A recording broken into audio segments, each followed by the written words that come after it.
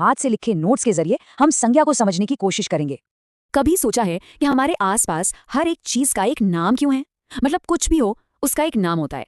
और ग्रामर की दुनिया में इस नाम को आखिर कहते क्या है? वही तो है संज्ञा। देखिए नोट्स में कितनी साफ साफ परिभाषा दी है। किसी भी व्यक्ति, वस्तु, स्थान या भाव का नाम। मतलब सीधी सी बात है, दुनिया में हर नाम एक संज्ञा है। लेकिन कहानी बस यहीं खत्म। प्रकार आखिर है कौन से? तो हमारा रोड मैप कुछ ऐसा रहेगा। पहले समझेंगे संज्ञा क्या है, फिर व्यक्तिवाचक और जातिवाचक संज्ञा पर बात करेंगे, उसके बाद समूह और द्रव्यवाचक को देखेंगे, और आखिर में भाववाचक संज्ञा पर आएंगे। ठीक है, तो चलिए पहले प्रकार से शुरू करते हैं, व्यक्तिवाचक संज्ञा। ये उन नामों के बारे में है जो बिल्कुल खास होते हैं, मतलब एकदम यूनिक। और इन नोट्स में इसकी जो परिभाषा दी गई है ना, वो बड़ी कमाल की है। क्या लिखा है? अगर दुनिया में किसी चीज का केवल एक नाम हो, या वो एक ही हो, यानी जो अपने आप में बिल्कुल यूनिक हो। उदाहरण से ये बात और भी क्लियर हो जाएगी। देखिए, देश तो कई हैं, पर भारत वो तो एक ही है। नदी कोई भी हो सकती है, पर गंगा एक खास नदी का नाम है। बिल्कुल वैसे ही हिमालय, होली और गीता, ये सब अपने आप में खास नाम हैं। इसीलिए ये सब व्यक्तिवाचक संज्ञाएं हैं। अच्छा, अब आते हैं दूसरे प्रकार पर, जातिवाचक संज्ञा। और हाँ, यहाँ एक बहुत ही आम कन्फ्यूजन की बात भी है, जिससे इन नोट्स में खास तौर पर हाईलाइट किया गया है। तो ये किसी एक खास चीज का नाम नहीं है, बल्कि उसकी पूरी जाति या कह ले कि पूरी कैटेगरी का नाम है। और देखिए, नोट्स लिखने वाले ने भी यहाँ ब्रैकेट में लिखा है कन्फ्यूजन हो, क्योंकि सच में यहाँ अक्सर कन्फ्यूजन होती है। तो फिर असली फर्क क्या है नदी और गंगा में?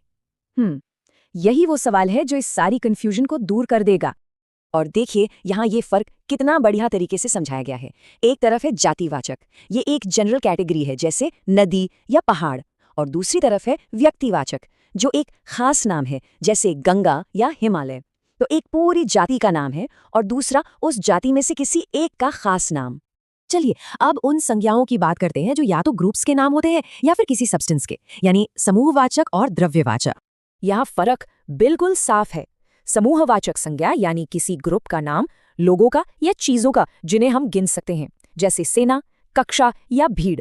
दूसरी तरफ द्रव्यवाचक संज्ञा उन चीजों के लिए है जिन्हें हम मापते हैं या तौलते हैं पर गिन नहीं सकते, जैसे पानी, सोना या चावल।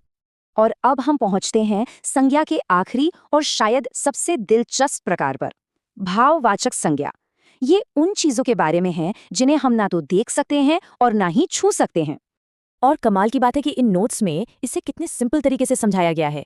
भाववाचक संज्ञा का मतलब सिर्फ एक शब्द में दे दिया है, फीलिंग्स, यानी महसूस करना।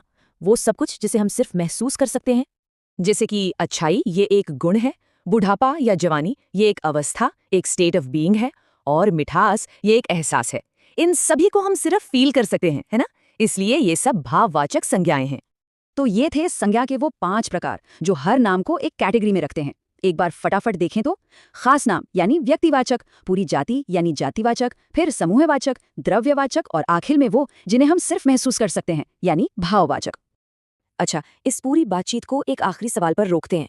जब संज्ञा को इतना समझ लिया है, तो क्या ये ख्याल मन में नहीं आता कि हमारे विचार वो खुद भी तो एक तरह की संज्ञा ही है ना? जरा सोच कर देखिए।